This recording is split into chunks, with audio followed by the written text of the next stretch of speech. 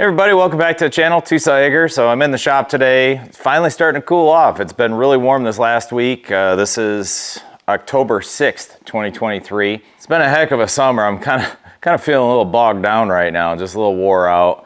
So I'm taking it easy. Last night I swapped out the that long tie rod, and I'll give you a quick shot of it later on. But this is the tie rod that I took out. You can see how long it is. I mean, crap. Probably 4 foot long. This end right here was the bad end, and the boot was completely shot, and it really just, which is weird because usually they get to the point where they're just all wobbly and worn out. You can see how rusted up that one is on the inside. It doesn't even want to move. I'm sure the truck had no problem pushing through that, but I couldn't get any grease in this Zerk fitting at all. I mean, I was pushing as hard as I could, and I could have just maybe swapped out the grease fitting, but it wasn't too tough a job. It wasn't too tough of a job just to swap out the whole thing. So today I started working on the speedometer. I mentioned it in one of the previous videos where I had the whole instrument cluster taken out, and the cable wasn't plugged into the back of the instrument cluster, the speedometer itself. So I got that put back together, and I figured, oh, cool, easy fix. No, today I jumped underneath of it, pulled the speedometer cable out of the transfer case, and I spun it, and I could see the gauge actually moving. So I figured, well, what the heck? And the gear looked fine, so I jumped up under there with a mirror and looked in the hole. I don't see a speedometer gear in the transfer case. This is a Borg-Warner 1356, and it just so happens I have a spare 1356. Let's look at the bench. I've been working on so many projects lately, but yeah, here it is. And this is the speedo gear. We'll get this off here in just a second, but when I turn the drive shaft here, you can see that's spinning. So that tells me the gear inside of this is working. So we're gonna rip this apart and see what it takes, and then do the same thing to that guy. And these guys really aren't all that heavy. A little bit come out, not bad. And now apparently to get these off, there's a clip back here that you just pop out. Yep, there that goes.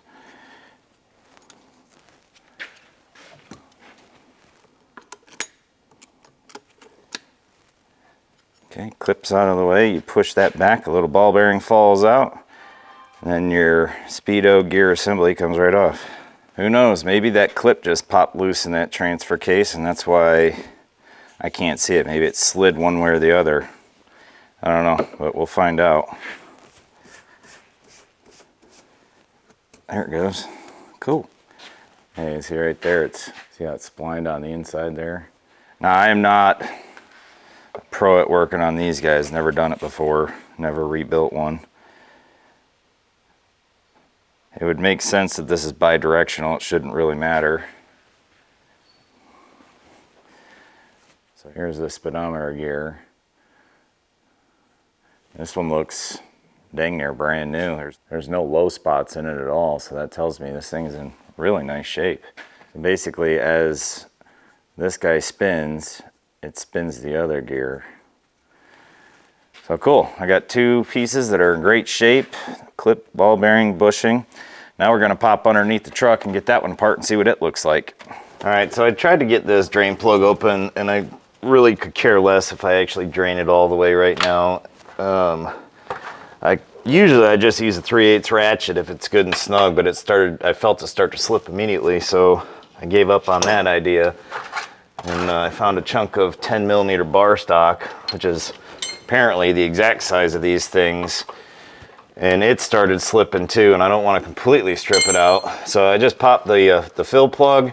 Nothing came out of there, which tells me the fluid level's down here, which is where it's supposed to be. So this shouldn't have anything coming out of it. So we're gonna bust this guy loose, get this thing off here, and take a gander at what's going on inside of there. Fortunately, this thing sits so freaking high. Really makes it kind of easy to get under here. I mean, I'm laying on a creeper and I can still stretch my arm out almost all the way up.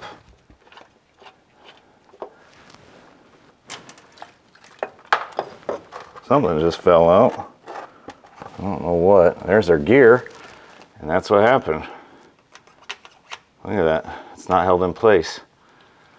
Wonder why that is. I wonder if that ball just never got put in. And that thing is opposite. Oh, that's all that happened. They put it on backwards. So that little bushing, that rubber bushing, we had it, it came off first. They've got it on first. Let's see if we can't get it loose. I'll bet what I heard fall out of there was that ball bearing. Yep, there it is. Yep, there's our ball bearing. And our gear, I don't know if it's focusing, I can't see it. So before I put this gear and crap back on here, I'm gonna clean all this RTV off and go get some of the right stuff. All right, go get some brake clean. We'll clean up this surface. We'll do the same thing to the other surface and we'll get it all slapped back together. All right, we're back. After cleaning out that tail cap, I decided I did want to pull this plug. And I dug around for quite a bit, but I finally found a piece of high-speed steel, 10 mil exactly. And it fits in there, and I hit it with this big old crescent here, and she popped right loose, no problem. So, and I don't know what it's gonna look like, but you know what? Can't hurt, and this should be part of my bumper-to-bumper, new-to-me vehicle inspection crap anyway. The fluid looked a little bit dirty. It's not terrible, and it's not like I'm running it hard four-wheel drive all the time. So we'll just take a gander in here and top her back up. I've got plenty of Dexmerk laying around. Be a piece of cake to fill it back up. I even got those little hand pumps and transfer pumps and all that crap, but there's so much space down here, probably won't need any of that. All right, let's see what this looks like. It's dark. It's not great. This plug in particular, you got to be careful. It's aluminum, so you got to be extra careful. That's why I didn't want to tear it up. But this 10 mil blank here fit it absolutely perfect. No slop. So something to be aware of. I'm gonna let this drain out for a few minutes while I go get some clean towels and some RTV, and we'll get that cleaned up and get everything put back on and get her topped off. So after looking at this thing, grabbing the other parts, you know, that other rubber bushing that goes up here, one thing I realized is that I didn't see that clip that we popped off that other one. That wasn't back there. So we're gonna steal the one out of the other one. All right, everything else looks good. Fluid's done and out of the way. We'll get it cleaned up right quick with some brake clean. So here's our cleaned up tail cap. Everything looks nice and good. I threw some grease inside of here. I'm gonna wipe this off right quick with some brake clean. Use a terry cloth to try to get in these grooves or splines.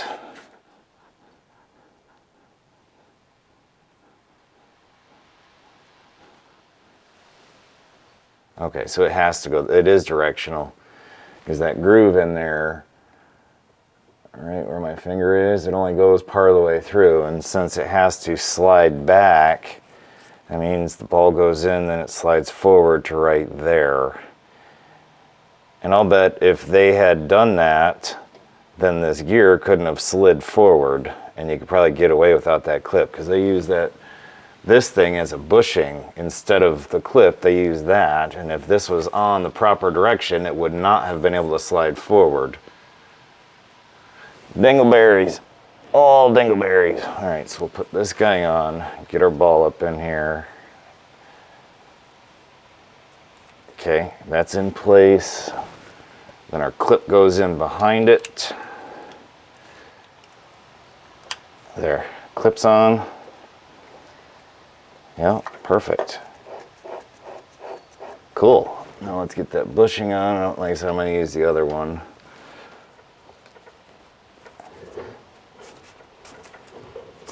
Okay. That goes there. and our tail cap goes on.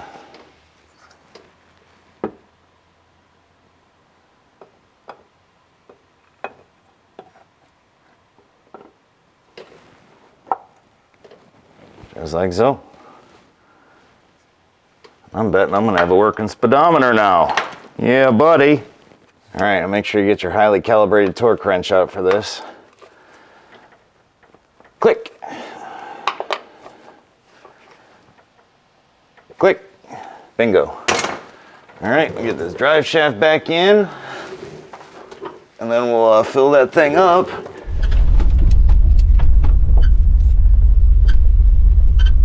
All right, so just finished up bleeding the brakes. I checked the differentials for fluid. They're all good. And rolling out of the driveway right now. I'm gonna check the speedometer, and it's moving, but it looks way, way off.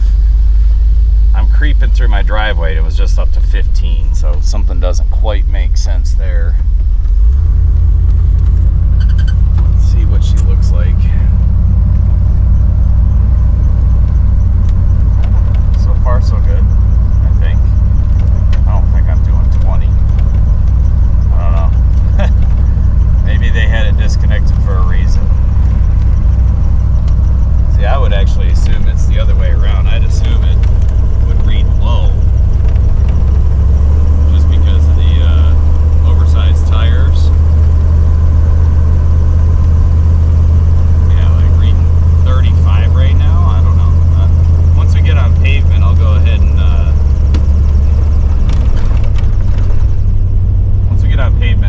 and throw the GPS up on my phone, see what happens. There's a little bit of a squeak coming in here. I bet that speedo cable is making a weird noise. Should probably pull it out, lube it or something. Definitely got something squeaking back there.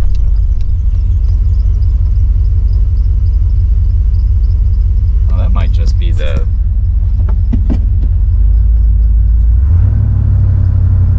No, that's not the... I was thinking for a second it might be the pulley puller, or the belt pulley. Alright. Getting out the Jeepus here. Man, what a pretty day. About 60 degrees outside, looks amazing.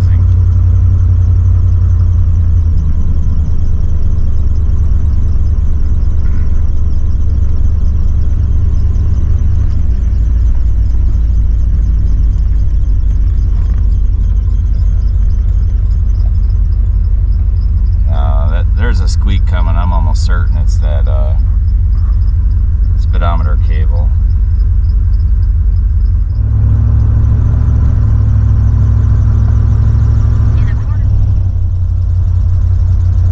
The GPS says I'm doing 23. This thing says I'm doing 33. And my steering linkage is off now. Steering wheel's off after that tie rod, although it seems to be driving straight. Crap!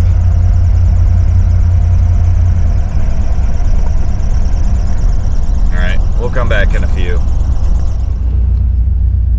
Alright, so went home and did a full cable. I pulled the whole cable. I swapped the speedo gear out. I took the gear out of that other transfer case, and it had 20 tooth gear on it, and the one I pulled out of this guy, or Reba here, was a 16 tooth. So I got my GPS pulled up again. The squeaky's gone. I'm not hearing that anymore, thank God. Alright, according to the GPS I'm doing 20, and that's showing about 25, 22, 25. So definitely better. Squeakiness is gone though. That was annoying. That probably would have wrecked the cable. Alright, 35 on the speedo, 32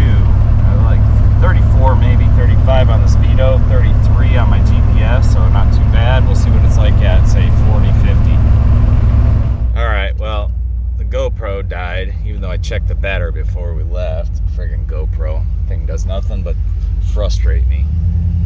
Anyhow, the GPS and the speedometer are within a mile or two of each other at 50. So I'm really excited about that. Again, that squeaky's gone. My steering wheel, we're driving straight now, you can see.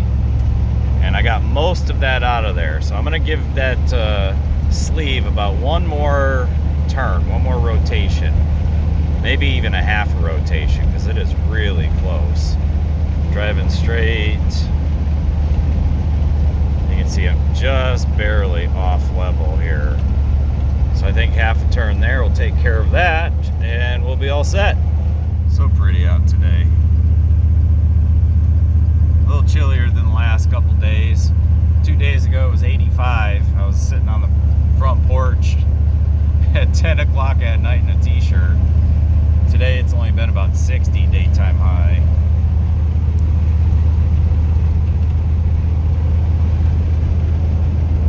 Ooh. Really nice out. Beautiful out today.